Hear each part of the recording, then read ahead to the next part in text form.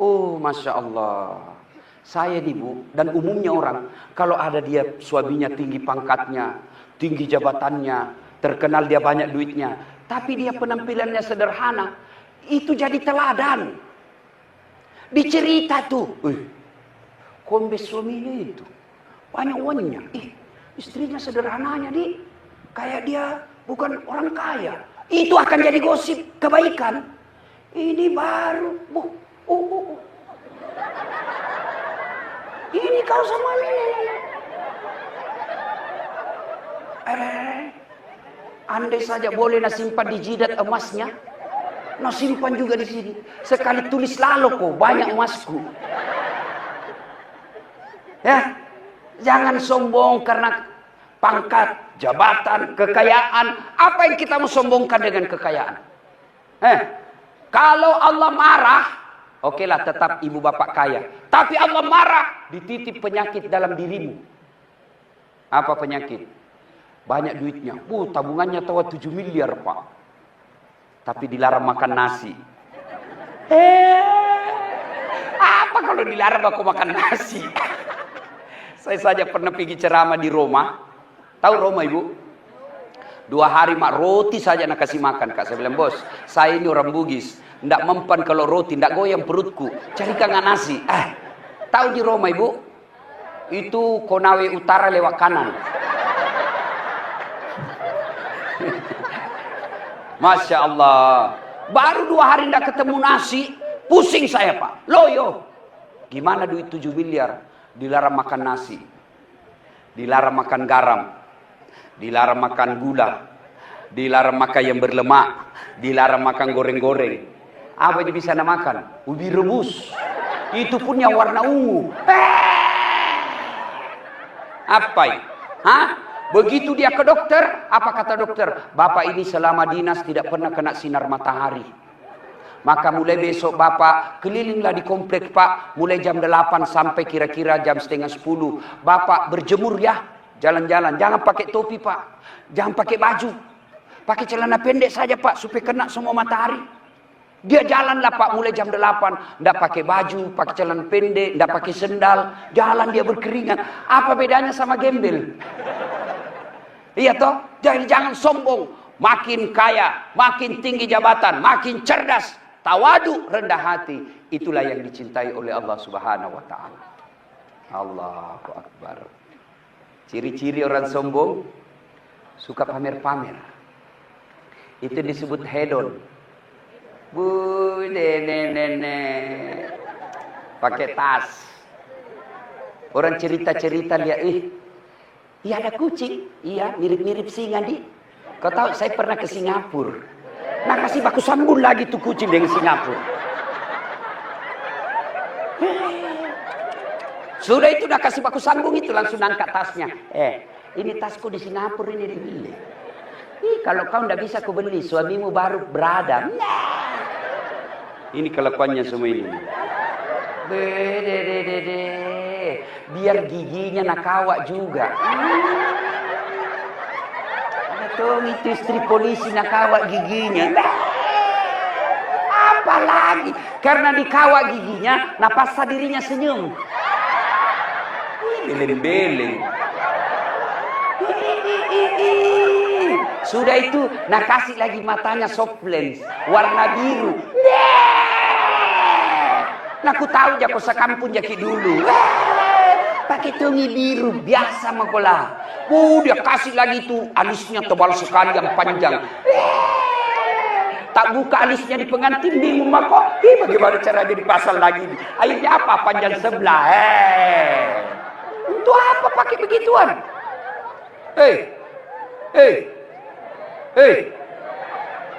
Sebenarnya itu polisi bakat awalnya baik. Tidak ada polisi jahat. Tidak mungkin dia bisa lulus polisi kalau jahat. Kenapa? Ada psikotes toh? Iya. Cuma setelah dia lama-lama polisi dapat istri hedon. Magaya. Baru ini istrinya bergaulnya sama pengusaha. Mau nak kasih sama gelannya sama gelang pengusaha. Nah suamimu 7 juta digajinya cilaka.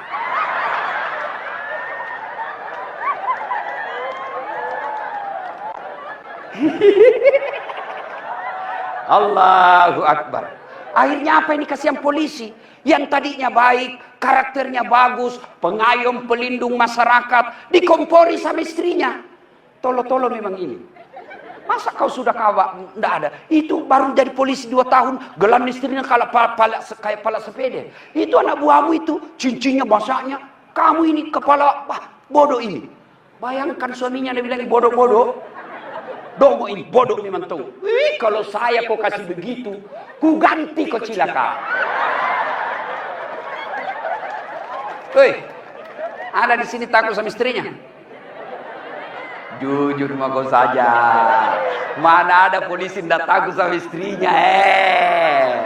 Nah bilang temanku yang polisi, sebenarnya kita ini ustaz tidak takut sama istri.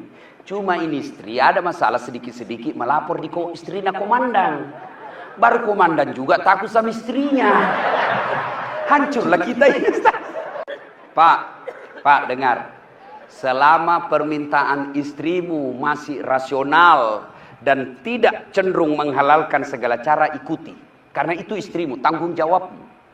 Tapi kalau permintaannya sudah melanggar aturan sampai membuat kamu menghalalkan segala cara, evaluasi. Lapor mako dipropos. Apakah namanya itu yang paparisa polisi? Pak, saya ini kasihan mau jadi polisi yang baik. Tapi istriku ini kasihan suka teror saya. Tolong carikan saya jalan keluar, komandan. Dia bilang, komandan, sama masalah tak ini bos.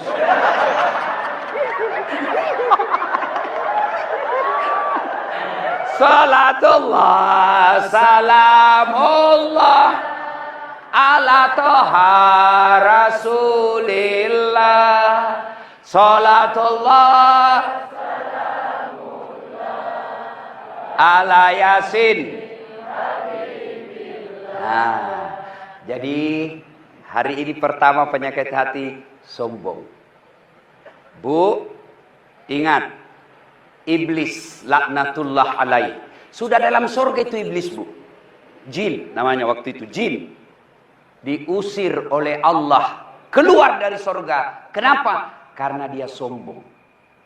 Waktu itu jin disuruh sujud. Jin, sujud kau sama Adam. Inilah hambaku yang paling mulia. Lebih mulia dari malaikat. Kau sujud. Malaikat sujud.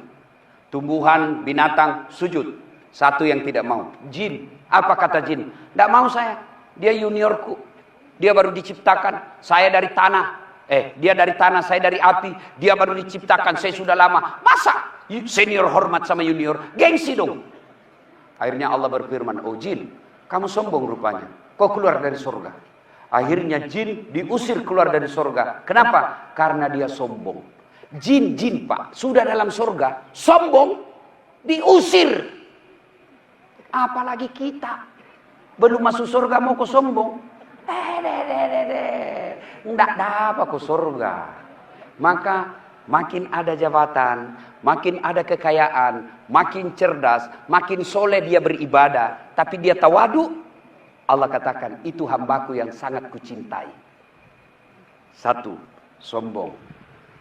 2, apalagi yang tidak disenang oleh Allah Subhanahu wa taala, penyakit hati, zina. Suka selingkuh. Ada yang bilang, sekarang laki-laki selingkuh, Ustaz. Siapa bilang? Sama banyaknya perempuan yang selingkuh dengan laki-laki. Kenapa? Karena tidak mungkin laki-laki selingkuh sama laki-laki. Tapi ada toh, saya lihat. Tolo-tolona.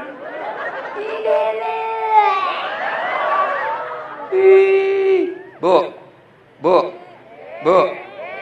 Kenapa ada laki-laki selingkuh? Karena istrinya tidak sanggup hadir di hatinya. Lihat kepala batuna ini. Tidak mau memang ton dikasih tahu ini semua. Langsung suaminya saya nak kasih salah. Mau kau tahu, Bu? Itu laki-laki tergantung suami istri. Kalau istrinya baik, tidak mungkin dia macam-macam. Ya? Tapi bagaimana suamimu mau hadir, kamu bisa hadir di hatinya kalau kau kasar? Datang suamimu kau tidak hormati. Mau makan? Cerewet sekali nih laki-laki. Sedikit lagi gajimu. Jangan kau ketawa, saya serius ini. Wah. Coba kalau kau datang, kau tahu suamimu mau pulang jam 5 sore, dia capek tadi latihan, tadi dia kerja keras kasihan. Jam 5 dia mau datang, sebelum jam 5 kau sudah dandan. Cantik-cantik kau. Begitu datang suamimu kau sambut, Assalamualaikum kakandaku Arjunaku. Ini dia boleh lontongin, kepala batu memang ini.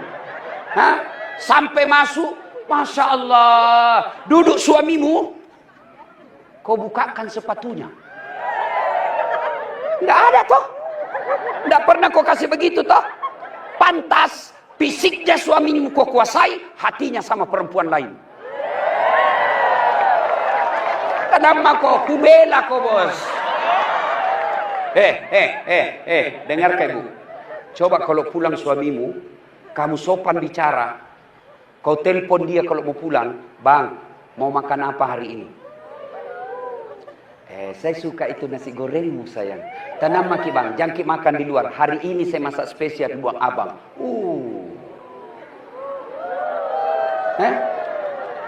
Lihat nih kepala batunya ini semua. La ilaha illallah. Bu, saya dokter 2. Istri saya kasihan sekolah seadanya. Tapi sepertinya dia bisa sakit, tidak bisa kekhianati. Meskipun banyak janda-janda yang curhat. Bu, banyak janda curhat sama saya, Bu.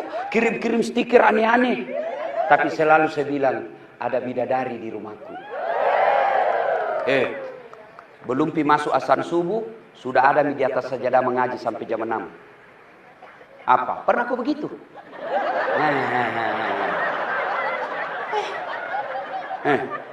Apa? Mau kak pergi dakwah? Tidak pernah selama saya 10 tahun beristri dan dia, tidak pernah saya keluar rumah tanpa dia antar saya sampai di atas mobil. Dan ibu tahu kalau dia jabat tangan saya, boleh tanya tetangga saya. Dia cium tangan begini dulu ibu, dia pegang 2 tanganku. Bukan cuma itu bu, nah cium kak. Begini bu.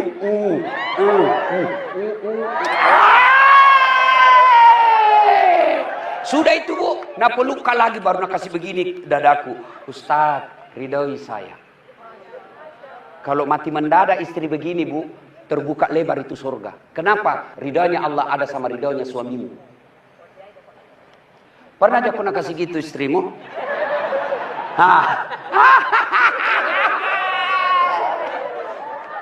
Masya Allah. Bu, apa susahnya kau bukakan itu sepatunya suamimu? Jangan kau ketawa, saya serius ini. Kau mau surga atau kau masuk neraka? Bu, serius kah ini? Dengarkan ini. Biar kau sembahyang, tahajud kau tiap malam, ngaji kau tiap hari, tapi kasar kau sama suamimu. Dengar hadis Nabi. 4 tipe perempuan haram masuk surga. Haram dia masuk surga. 1 diantaranya, istri yang kasar sama suaminya. Bukan saya bilang terserah kamu, sudah mau aku kasih tahu. Ada memang tong itu istri kasar sekali mulutnya. Datang suaminya tidak pernah baik-baik. Coba kalau datang suamimu, Assalamualaikum kakandaku Arjunaku. Sudah itu kau bukakan sepatunya, Allah tersenyum kepadamu. Tapi awalnya itu pasti berat. Kenapa? Karena setan goda kau. Jangko. Pernah itu salah. Pernah itu kau ingat WhatsAppnya dulu itu yang ada lope-lopenya. Itu setan goda kau. Jangko sedikit lagi gajinya. Setan. Kenapa? Karena setan tidak ridha kalau kau masuk surga. Bu, itu perempuan jauh lebih gampang masuk surga dari laki-laki. 4 aja syaratnya kata Nabi. Kalian perempuan, kalau kau masuk surga kata Nabi, 4 aja syaratnya. Tidak ada hadis jaminan bagi laki-laki. 1, kau sholat. Saya yakin ibu-ibu pasti sholat. Yang kedua, puasa Ramadan. Pasti ibu puasa. Yang ketiga, dia jaga harga dirinya. Ini salah satu caranya pakai jilbab. Itu menjaga harga diri. Dan yang keempat, ini agak berat. Dia patuhi perintah suaminya. Ini nih, kau lawan suamimu. Lawan aku suamimu. Sudah jelek rumahmu. Gajimu sedikit suamimu. Bertengkar terus. Di dunia kau sudah menderita. Apalagi di akhirat. Karena tong itu kuliah Bayangkari sama suaminya tidak pernah akur. Sumber gosip saja di komplek. Di asrama dia aja dicerita. Kalau bertengkar. Tiap hari bertengkar. Hamil lagi. Ini ya Bu. Maka kalau mau suamimu tidak selingkuh, hadir di hatinya. Gimana cara hadir di hatinya? Jangan kasar ngomong. Datang mertuamu hormati. Di mana maki Bu? Di bandara kan? Ditunggu Bu, saya apa jemput ki? Jangan kau kirim sopir, jangan kau kirim Grab. Kamu yang jemput. Datang, dia lihat suaminya, anaknya dihormati. Maka begitu macam-macam suamimu, mamanya yang bela kok. Saya begitu Bu. Pernah ada rumor, ustaz mau kawin lagi. Mamaku mengamuk. Aga melu mabene, jaga ko. Mau kau lagi kawin-kawin. Apalagi belum tentu kau dapat istri lebih baik dari itu istrimu sekarang. Awas kau. Kalau menikah memang kau haram itu air susuku yang ada di tubuhmu. Tapi kalau kau tidak hormati mertuamu, baru datang dia tanya, kapan ki pulang mak? Ya? Di depannya suamimu kau kasih begitu mamanya. Tidak pernah kau baik-baik. Hipertensi mertuamu kau kasih telur asin. Kasih ikan kering. Nabi lemak, apa gimana mana kasih Andre. Ini sunat baca dalam hatinya. Pulang lalu kau cepat. Pulang kampung libur lebaran. Apa Nabi mamaknya? Apa itu istrimu nak? Batemu ku kasih sekolah polisi. Kujualkan ku sawahnya warisan bapakmu itu nak, supaya ku bisa jadi polisi nak hormati kau orang. Nah bagaimana ini nak istrimu aja ndak hormati kau? Sudah Mina, kawin aku lagi, ku carikan kau sepupumu. Masih mau kau? Maka hormati mertua, hormati ipar. Insya Allah soal rezeki, kalau Allah sudah ridha sama rumah tanggamu Bu, kecil punya mobil dan mobilmu pasti halal.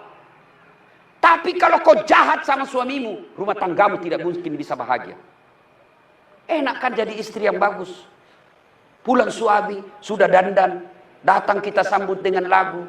Bila kamu di sisiku, hati rasa syahdu.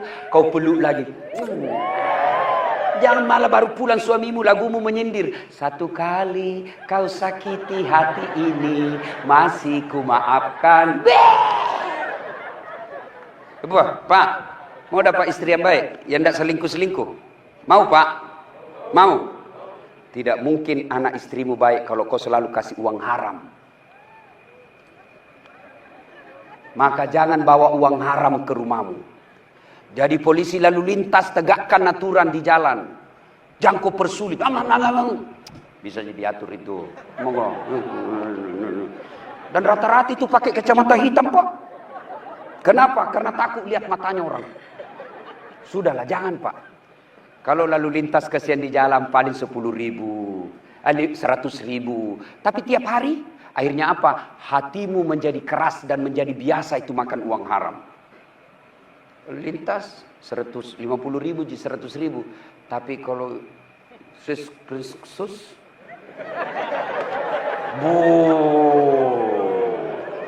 hati-hati. Jadi mau punya istri yang baik, jangan pernah bawa uang haram ke rumah. Maka istri yang baik, begitu datang suamimu, kau tanya dulu, Pak, kenapa ini menjadi 10 juta? Biasanya cuma 9.500.000. Dari mana ini 500? Halal tidak? Itu baru. Kalau halal, masuk. Kalau tidak halal, bapak aja yang makan. Saya tidak mau anak saya makan uang haram. Itu baru bisa. Bisa Bu? Bisa? 500.000 bisa. 15 juta? Bengkok muka. Suami datang bawa buah. Tanya. Dari mana ini Pak?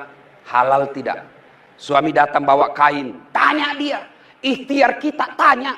Soal kalau tidak tanya ibu, maka dia terbiasa. Tanya dia. Halal mau gaya deng? Halal ndak ini deng? Kalau ndak halal jangan deh. Cukup mi kita yang begitu. Saya tidak mau anakku. Ibu-ibu, bapak-bapak, pak. Kalau bapak mati nanti siapa doakan kok? Siapa doakan? Hah? Teman. Lihat mau ketik di grup WhatsApp. Kalau ada teman tak meninggal, mengulis ketik doa saja malas. Anu jitu nak kikir stiker. Innalillahi wa inna ilaihi rajiun. Tidak ada berdoa. Apalagi kalau kita sudah mati, siapa doakan kita? Anak, ibu-ibu. Hah? Kalau ibu meninggal muda, siapa yang doakan ibu? Suami. Kawin lagi. Maka yang doakan kita anak. Dan salah satu cara supaya anakmu bisa soleh dan soleha, jangan kasih makan uang haram. Penyakit hati yang ketiga, hubbi aklil haram, suka memakan barang haram. Yang keempat, penyakit hati, qaswatul qalbi. Apa itu? Keras hati, tidak mempan nasihat. Ada memang orang itu pak, dinasehati malah marah. Ini selesai ceramah nanti dipanggil dirlantas. Kan istrinya beliau itu yang setengah mati, hubungin saya terus. Mulai dari bulan 9. Sibuk, kalau gitu ganti lagi bulan 10. Sibuk, kalau begitu bulan 11. Saya bilang sama staf, sudahlah atur saja bagaimana supaya kita ke sana. Ternyata selesai acara, apa dia bilang? Dia panggil panitianya. Siapa tadi panggil itu Ustaz? Saya. Lain kali jangan kau panggil ya. Tidak aku suka ceramahnya. Masa 6 bahas saya terus dia kena. Ini namanya kadoro. Keras hati. Tidak mempan nasihat. Ada memang begitu. Dan kentara itu mukanya. Meskipun dia senyum-senyum. Saya tahu kalau ini sakit hati. Ya. Maka saudaraku, dengar nasihat. Bagaimana kalian mau baik kalau tidak dengar nasihat?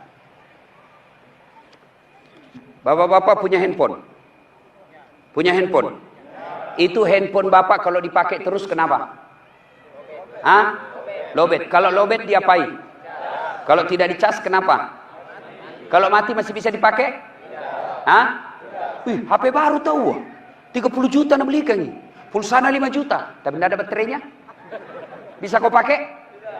Begitu juga hati. Ini hati, kalau dunia terus pasti mati. Lihat teman seangkatan, dia sudah AKBP. Wih, mobilnya bagusnya, dunia. Lihat lagi rumahnya, Masya Allah, rumahnya bagusnya, dunia. Lihat lagi perempuan, dunia. Cantik lagi, mulus. Dilihat, dosa. Tidak dilihat, barang bagus. Dilihat lagi, dunia lagi. Dunia, dunia, dunia. Kapan ngecasnya? Minimal Jumat. Dengar ceramah. Itu juga kalau hatibnya bagus ceramahnya. Cuma kalau hatibnya neraka terusnya cerita. Kau dibakal, dibanting, ditusuk pantatmu dengan linggis. Digunting lidahmu, tusuk matamu api. Dia bilang anak polisi, ada jamu kopi masjid. Dia bikin takut-takut saja itu ceramah. Iya toh? Kapan dengar ceramah? Maka saudaraku, saya cinta kalian karena Allah. Bagaimana cara ngecas hatimu? Minimal kalau baru bangun bos, putar kau itu ceramah di rumahmu. Yang berdiri dan ceramah saat ini pak, saya tidak pernah pondok pesantren. Tidak pernah pak. Tapi bagaimana saya belajar agama dari bapak saya. Sudah sholat subuh, nah putar itu kasih ceramah. Dari situ saya tahu, oh haram, oh begini, oh begini. Akhirnya tahu ilmunya dari ceramah. Coba bapak amalkan deh itu. Ibu-ibu, coba amalkan. Pagi, sekarang dengar ceramah, hanya orang yang buta hatinya tidak mau dengar ceramah. Mau dengar ceramah apa? Mau yang versi kasar-kasar ada. Mau versi yang mengkafir-kafirkan saja ada. Tapi jangan itu. Ada juga itu kayaknya dia, waduh, agama ini sangat susah sekali. Dengar ceramah. Karena itu ngecas. Maka kita bersyukur kepada Allah Subhanahu wa taala, komandan kita mau mendatangkan Ustadz Dasat Latif. Karena tidak gampang juga saya bisa datang, Pak. Tapi saya, Pak Jenderal, senang saya kalau polisi undang saya, Pak. Tertib terkendali. Masya Allah, memang bagus, Pak. Dia koordinasinya baik. Itu bagus, Pak. Dan itu kita belum landing, sudah ada, Pak. Hotelnya juga bagus. Penjemputan aman terkendali. Saya dikenali sama teman-teman mubalik, ustadznya polisi. Dan dia bilang satu-satunya ustadz yang bisa koreksi dan maki-maki polisi hanya Ustadz Dasat. Kenapa? Karena cara saya tidak menyakiti kalian. Karena saya cinta kalian karena Allah. Maka kemarin ada kejadian. Bintang 2. Kalian polisi keliru kalau tidak mengambil pelajaran dari situ. Keliru, bodoh. Bayangkan itu Pak. Bintang 2 di Borgol. Itu kenapa? Karena tidak memanfaatkan nikmat yang Allah berikan. Seorang polisi keliru Bapak. Salah kok kalau tidak memudahkan dirimu masuk surga. Itu enaknya polisi. Ada jabatannya, ada kuasanya. Saya ceramah. Ayo saudara-saudara sekalian. Perangi hamar. Perangi narkoba. Apa? Nak kasih kempes mobilku anak muda. Saya mau masuk surga atau neraka urusanku Ustaz. Tapi coba kalau Kapolsek, Kapolres. Tak! Rahasia. Selesai itu minuman hamar Pak. Saya ceramah. Ayo saudara-saudara sekalian. Mari sholat berjamaah. Yang datang cuma 2. Itu pun sudah muka sakaratil maut. Tapi coba kalau Pak Wakaf, Pak Waris datang ke masjid sholat berjamaah. Assalamualaikum warahmatullahi. Assalamualaikum warahmatullahi. Tengok-tengok ke belakang. Mana di Dir Samapta? Sudah 4 kali saya berjamaah di sini. Tidak pernah juga saya lihat datang-datang jamaah. Ajudan langsung tempol. Pak Dir, dicari ke Pak Wakapolra. Besok belum azan sudah ada dia di dalam Pak. Itulah enaknya punya kekuasaan. Maka keliru seorang polisi kalau tidak memudahkan kalian masuk surga. Ya. Kalaupun ulama masuk surga, masih ngantri Pak. Ulama Sulawesi Tenggara masuk surga. 4.000 ulama di sini Pak. Masih ngantri dia lama. Tapi begitu malaikat berkata, Wakapolda Sulawesi Tenggara masuk surga. Tidak perlu antri Pak, sendiri. Kenapa? Sendiri Pak jadi Wakapolda di sini. Maka teman-teman jangan memaknai ini sebagai menyakiti kalian, tapi inilah bentuk wujud Dasat Latif mencintai polisi Republik Indonesia. Saya bilang teman-teman mubalik, keliru kok kalau polisi kau musuhi dalam dakwah. Bagaimana ceritanya? Kita bisa ceramah, kumpul jamaah karena dapat izin dari polisi. Biar kau sudah kumpul 5.000, polisi tidak keluarkan izinnya, tidak bisa kau ceramah. Iya kan? Tapi kalau kau berteman dengan polisi, kita bermitra namanya, berkolaborasi. Mana bisa ceramah Ustadz kalau rusuh? Dan siapa yang menciptakan ketenangan? Polisi. Maka kalian menjaga ketenangan itu sesungguhnya demi Allah dan Rasulnya. Kalian menjaga keamanan itu adalah jihad fisabilillah.